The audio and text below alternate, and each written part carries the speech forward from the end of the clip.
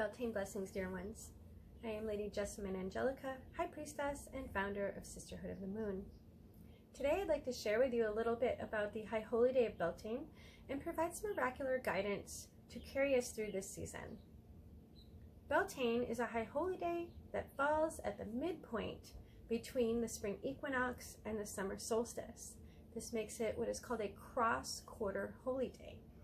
And this is also the final solar holy day before we reach the solar cycle's peak at the summer solstice at the end of June. This holy day begins at sundown on the final day of April and is generally celebrated in community on May 1st. In Sisterhood of the Moon, we celebrate Beltane as a season, and this season also includes a holy day called Lunar Beltane, which always falls at the Taurus-Scorpio axis. And the Taurus-Scorpio axis is a difficult name for a simple concept. It means solely that the sun is in Taurus and that the full moon is in Scorpio. So it is the combination of both earth and water. And with Beltane being a fire festival, this creates opportunity for us to really transform ourselves. We transform ourselves at this time of opening, of rising, of growing. We mimic what's happening in nature. Flowers are blooming all around, and fruits and vegetables are already forming on many plants and trees and vines, at least here where I live in Northern California. Beltane is a holy day that centers passion and sensuality and love, not necessarily partnered love, but also, and perhaps even more importantly, self-love. That love that comes from within when we know who we are and we know what we want.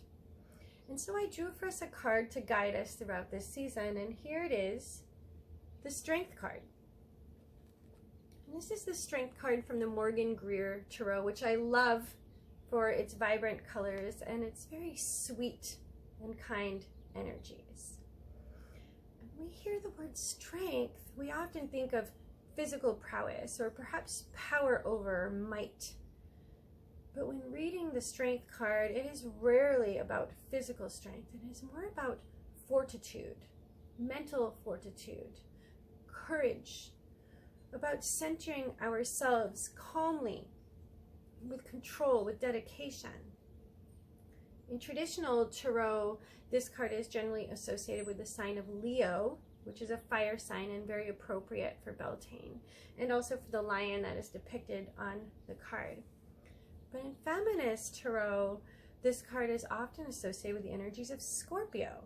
Like I mentioned, the full moon in Scorpio is Lunar Beltane, and the energies of water, energies of flow, of receptivity, of emotion, of feeling.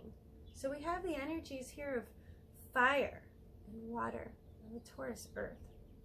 So I invite us all through this season to really see what it is our heart desires. What are we passionate about? What do we want to create? What do we want to transform? Placing that at the center, fertilizing that in the energies of Taurus, earthy Taurus, and letting those things grow up. Our inner strength, our power from within, the secret of our hearts. Thank you for joining me today, beloveds. Blessed be.